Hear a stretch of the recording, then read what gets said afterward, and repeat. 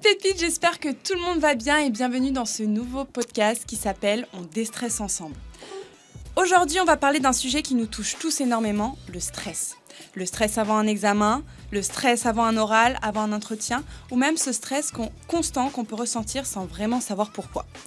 Le but aujourd'hui, c'est simple, ce n'est pas juste d'en parler, mais c'est surtout de comprendre comment réussir à mieux le vivre et surtout comprendre à comment déstresser naturellement.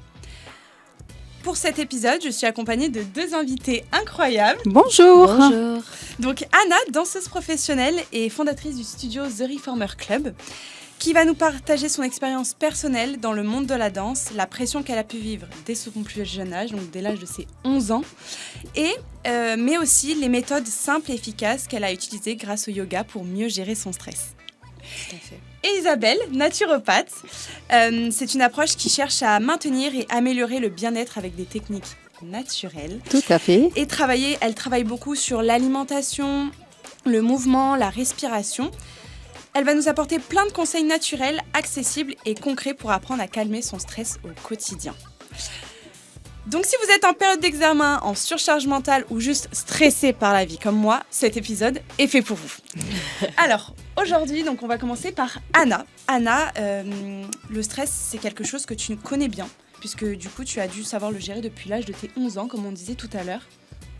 Oui, Est-ce que tu peux nous en dire plus ? Tout à fait. C'est vrai que j'ai dû quitter le domicile familial à l'âge de 11 ans pour partir en danse-études. Ce qui est très jeune. Très très jeune, avec le recul. Du coup, la semaine, j'étais en internat et je rentrais chez mes parents que le week-end. Donc, je devais m'organiser toute seule pour faire mes devoirs. J'avais la pression des professeurs, de la danse, l'exigence de devoir toujours progresser. Et j'ai dû apprendre à le vivre seule. Donc au début, dès l'âge de 11 ans, c'est très compliqué. Après, ça a continué. À l'âge de 15 ans, j'étais aux États-Unis. Donc la moitié de ma famille était en France. Il y a eu plein d'étapes. Vraiment, voilà, la danse, c'est un domaine très particulier. Effectivement, c'est un domaine très particulier au niveau de la discipline, des attentes, la pression du regard des autres. J'imagine que ça a dû être quand même intense pour toi, non ? C'est vrai, on a beaucoup d'exigences en termes de performance, donc toujours faire mieux. Par exemple, si un jour tu fais 3 tours, le lendemain tu dois en faire 4. Donc aujourd'hui, mieux qu'hier et moins bien que demain. C'était la phrase qu'on te répétait tout le temps. Mais il y avait aussi cette exigence au niveau physique, toujours être au top, être performant, savoir récupérer quand il faut, ne pas se blesser, être toujours fin, musclé mais dans la longueur et pas grossir. Et c'est vrai qu'en plus ce que tu dis, c'est que malgré que tu sois quand même dans le monde de la danse, ça colle parfaitement avec nous, ce qu'on vit les étudiants aujourd'hui. Bien sûr. Et pour ça, ce que je trouve hyper intéressant dans ce que tu dis, c'est qu'on voit qu'en fait le stress, parfois, ça peut commencer très tôt. Et Isabelle, est-ce que toi, en tant que naturopathe, tu vois souvent ce genre de pression chez les jeunes ? Oui, effectivement, on le voit de plus en plus et de plus en plus tôt. Déjà, ça commence avec la pression scolaire, ça va continuer avec les attentes familiales, avec aussi des réseaux sociaux actuellement qui mettent une énorme pression et qui est assez constante parce que vous êtes tout le temps devant les réseaux sociaux à vous comparer. Et puis le monde actuel qui est très anxiogène, l'écologie, bon, tout ça, c'est une bombe de stress à devoir gérer tous les jours. Tous les jours. Effectivement, j'en suis témoin, les réseaux sociaux, c'est le cas. Aujourd'hui, maintenant avec le recul, tu ressentais plus le stress souvent avant les représentations ou c'était vraiment un truc quotidien ? Alors, quand j'étais plus jeune, on avait des périodes d'examen. Donc forcément, le moment d'examen, c'est savoir si tu vas être viré, gardé, passé. Ça, c'était quelque chose. Mais quand tu deviens professionnel, les gens pensent qu'on stresse tous vraiment avant un spectacle, avant de se retrouver devant 100, voire 2000 personnes. Mais comme on répète, notre travail, c'est de répéter pour gérer la problématique sur scène. C'était pas forcément les moments où moi je stressais le plus. Le moment en fait où je stressais le plus, c'était tous les jours. Chaque jour, devoir aller quotidien, maintenir toujours la performance, toujours être au top chaque jour, laisser ses problèmes en dehors du studio.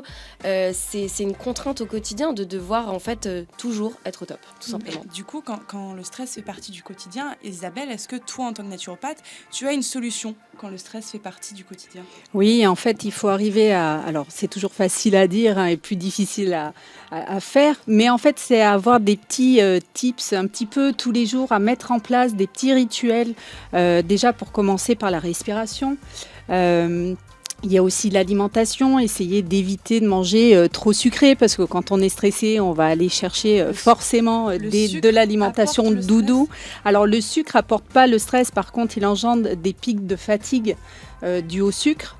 Pas du tout. Voilà, donc effectivement quand on mange le chocolat est un aliment doudou, mais il y a tous les étudiants, le chocolat. Voilà, ça va amener effectivement pas mal de pics de fatigue par la suite. Donc ça, le corps, il faut qu'il le gère. Donc pour lui, c'est un stress aussi. Le manque de sommeil, d'être toujours connecté. Voilà, tout ça va engendrer du stress. Un rituel, est-ce que toi, tu avais un rituel avant tes représentations pour un peu déstresser ?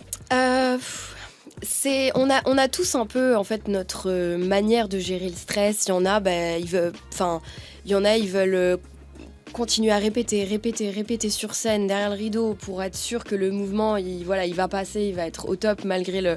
Moi, pour mon cas, c'était quand même me mettre dans ma bulle, prendre un instant.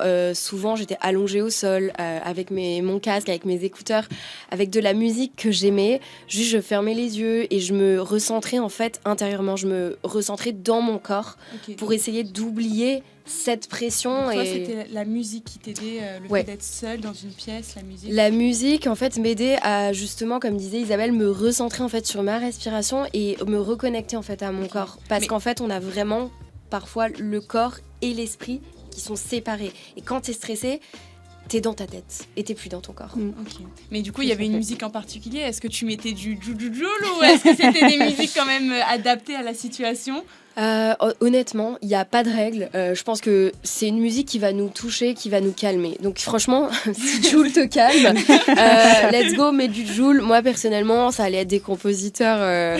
Olafur Arnalds, c'est un compositeur islandais que j'aimais énormément parce qu'en fait, ces musiques me calment, mais parce que c'est dans un univers un peu cinématographique. Mais par contre, des fois, ça pouvait m'arriver de mettre I wanna love, set me free, parce que j'avais besoin juste de relâcher, de penser à rien d'autre. Donc ça peut être, juste se mettre dans une bulle, déconnecter, se recentrer dans le corps. Et si tu as besoin justement de bouger, de machin, c'est juste se reconnecter à son corps. Ouais. Ce que je trouve hyper intéressant dans ce que dit Anna, c'est qu'au final, en fait, beaucoup d'étudiants vivent exactement la même chose, même si vous ne faites potentiellement pas de danse à haut niveau. Mais le fait de peur de mal faire, peur de décevoir, la comparaison due aux réseaux sociaux, la recherche de performance, d'être le plus fort tout le temps, partout. Et justement, Isabelle, toi en tant que naturopathe, tu accompagnes du coup beaucoup ce genre de personnes qui vivent ce stress au quotidien. Oui. Et ça tombe bien puisque nous sommes actuellement au sein de mon école Neven Campus Scale et en pleine période d'examen. Donc comment te dire que le stress bat à son plein et on connaît ça, que ce soit les BTS blancs ou les BTS, les vrais BTS des deuxième année. Tout le monde est stressé. C'est vraiment le mois de juin, mois de stress. Mois de mai, mois de stress. J'avais déjà une première question à te poser. Ce que j'ai entendu dire, c'est que déjà, il existait 2 types de stress. Est-ce que tu peux nous en dire un peu plus ? De ce que j'ai compris, il y en avait un qui était quotidien, un autre... Alors, effectivement, il y a deux types de stress. Anna, tu en as parlé tout à l'heure, avant les spectacles, cette adrénaline qui monte. Effectivement, on appelle ça le stress aigu, qui arrive d'un coup, mais qui peut être très positif. Totalement. Voilà, qui va permettre effectivement de donner une impulsion et voilà. Mais malheureusement, de plus en plus de personnes, et je crois qu'il n'y en a pas beaucoup quand même, qui ne sont pas touchées par le stress chronique, c'est-à-dire c'est ce stress permanent, toujours ce petit vélo dans la tête, toujours à penser à 1000 choses à la fois. Et comme tu disais Anna, d'essayer en fait d'avoir l'esprit qui se rattache au corps pour éviter d'avoir ce petit vélo dans la tête. Mais du coup, est-ce qu'il y a des habitudes qui aggravent un peu plus le stress au quotidien, des habitudes peut-être qu'on a qui peuvent aggraver le stress ? Le fait de pas, par exemple, lors des révisions, essayer de faire des pauses pendant les révisions. Alors, pas des pauses écran, s'il vous plaît, vraiment des pauses. Je m'arrête, je ferme l'ordi et puis je sors, je vais me balader, même juste marcher 20 minutes, ça va suffire au corps et à l'esprit de se reconnecter. Voilà. Après, il peut y avoir aussi des petites astuces quand vous êtes au moment de l'épreuve, de boire un petit peu d'eau fraîche pour toujours rappeler en fait l'esprit de dire stop. Allô, reviens, ne t'en vas pas, Alors reviens Mais- et reconnecte-toi. Mais Voilà. tout à l'heure, tu parlais d'alimentation. L'alimentation joue vraiment un rôle. Oui, effectivement. L'alimentation, en fait, le corps, il a besoin de nutriments, de vitamines pour pouvoir se défendre tous les jours de toutes les agressions qu'il peut avoir à l'extérieur. Et effectivement, une mauvaise alimentation va jouer sur ça et le corps va pas pouvoir se défendre correctement et c'est ce qui peut ensuite engendrer des maladies. Ok.